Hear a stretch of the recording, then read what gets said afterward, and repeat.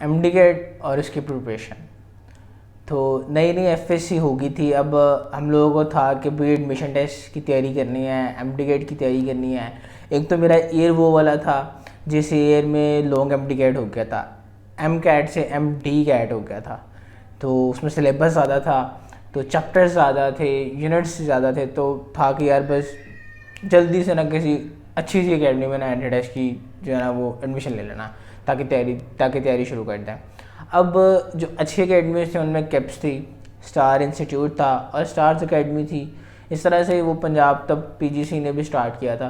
बहरहाल देखा, मैं चला गया स्टार इंस्टीट्यूट। वहाँ पर जाके मैंने कहा भाई एडमिशन लेना एडमिशन। उसने कहा किस में एडमिशन लेना? मैंने कहा यार एंट्री टेस्ट की क्लास में एडमिशन लेना, और किस में लेना? कहते कौन सी जो है ना एंट्री टेस्ट की क्लास में एडमिशन लेना है? मैंने कहा यार जो सबसे अच्छी है ना एमडी कैट, उसमें मैंने एडमिशन लेना। खैर उसमें एडमिशन ले लिया।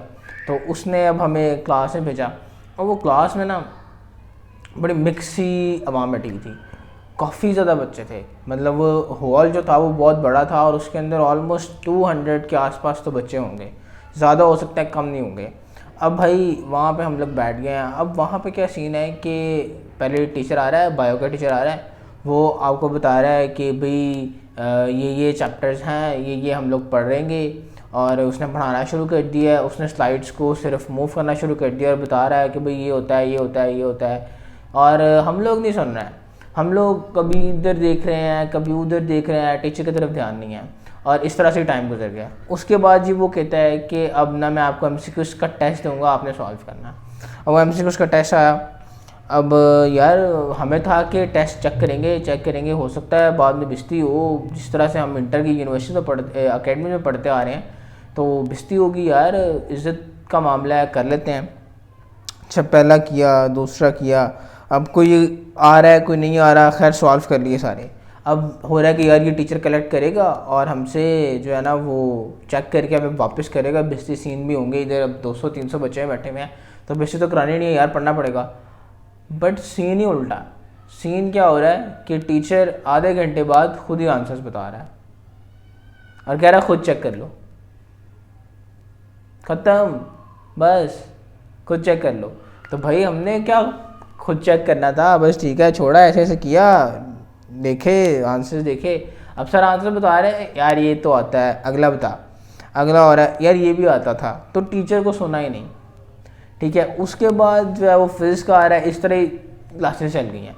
अब पता चल गया भी जाके करना क्या है, जाके सिर्फ इधर उधर ताड़ना है, पढ़ना कुछ नहीं है। अच्छा इतने में ही क्या होता है कि आपके साथ एक बच्चा बैठा होता है जो कि रिपीटर होता है। ठीक है, उसने अपना 1 साल ज़ाया किया होता है। तो वो जो है ना वो बड़े ध्यान से तैयारी में लगा हुआ है।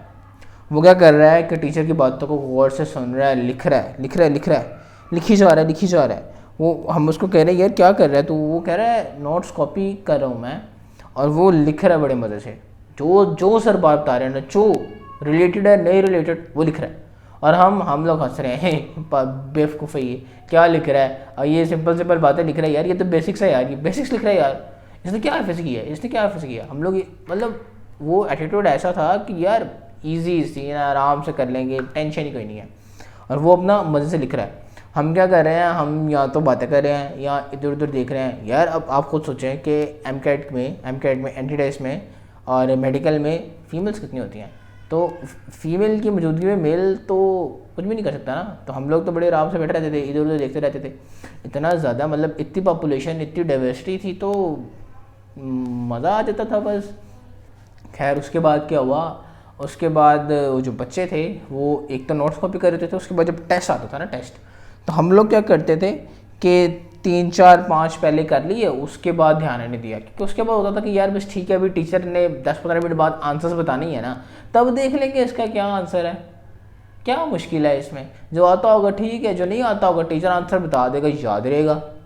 सिंपल सा फॉर्मूला है ना, कि जो नहीं आता वो टीचर ने तो आंसर बता देना है। जब टीचर आंसर बता देगा तो पता लग ही जाना आंसर क्या है, तो फिर याद रहेगा टेस्ट के टाइम तक। बट नहीं भाई, वो जो आपके साथ बच्चा रिपीटर बैठा हुआ है ना, वो क्या कर रहा है कि वो अपनी गर्दन नहीं उठा रहा जब तक उसके एमसीक्यू सॉल्व नहीं हो गए।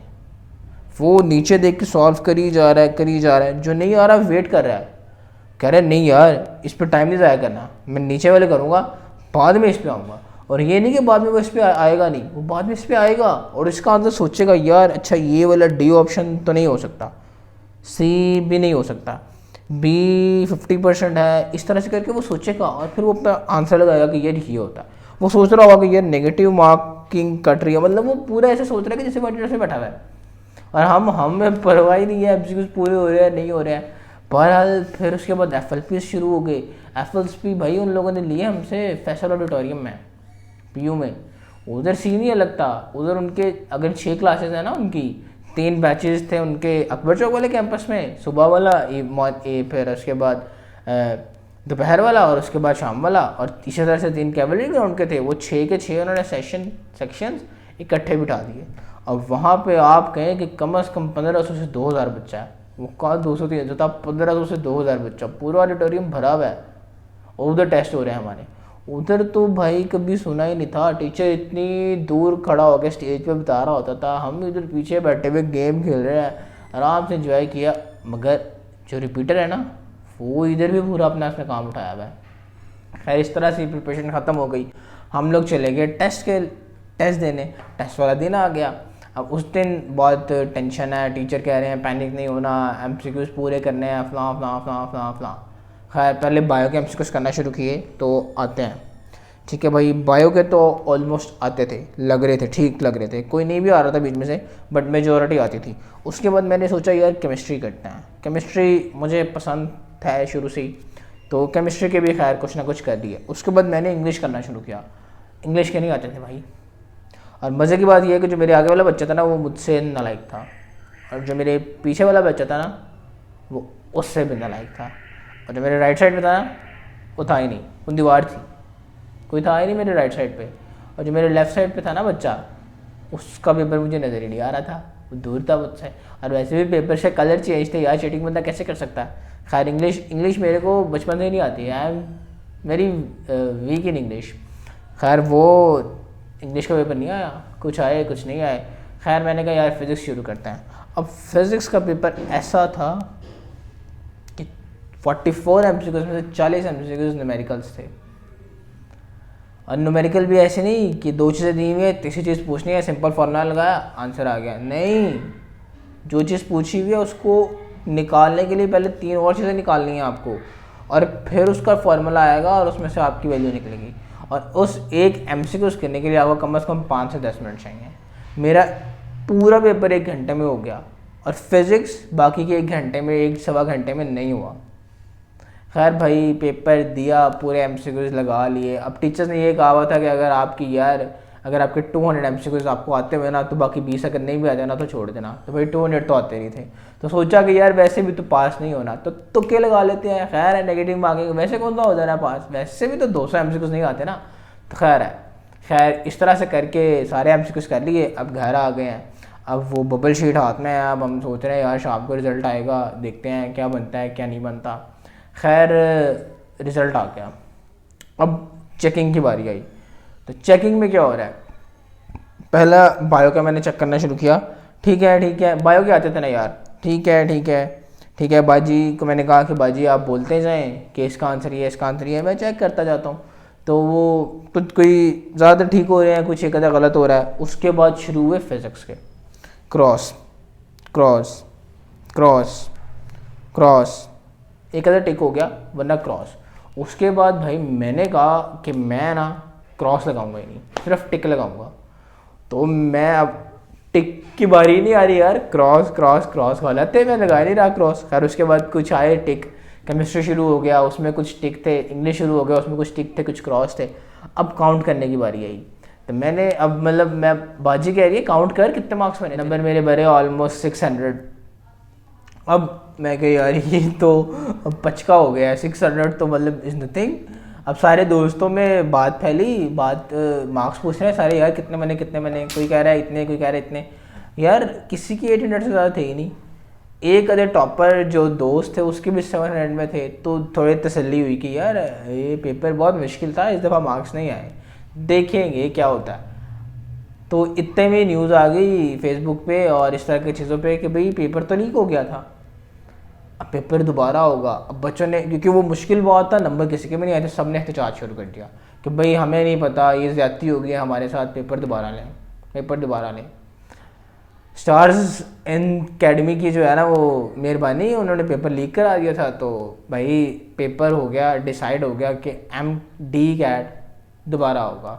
अब जब दोबारा होना था ना तो पेपर आ गया सेम। अब हम लोग दोबारा से चले गए हैं, दोबारा से तैयारी की है, दोबारा से एफर्ट्स डाली हैं, जो कि नहीं डाली बट घर वालों को पता है कि डाली हैं। अब दोबारा से हम पेपर देने चले गए। अब इस दफ़ा के क्या सीन हुआ है कि पेपर सबका सेम आ गया, वाइट पेपर आ गया सबको, शफल ही नहीं है MCQs। अब उन बच्चों की तो मुझे लग गई जिन बच्चों के आगे पीछे अच्छे बच्चे बैठे हुए थे, मगर मैंने तो बताया कि मेरे आगे पीछे कौन था, राइट साइड पे कौन था। और उसके बाद जो सोने पे सुहागा होता है वो हम जैसे बच्चों के लिए होती हैं ग्लासेस। हमें तो नज़र ही नहीं आता MCQs, इतनी दूर से बबल शीट पता ही नहीं चलती कि किसका क्या लगा हुआ किसका क्या नहीं लगा हुआ। खैर भाई पेपर किया, बाहर आ गए, तैयारी नहीं थी, चेक किया, वो फिर 700-800 नंबर बने। खैर इन शॉर्ट नहीं हुआ एडमिशन।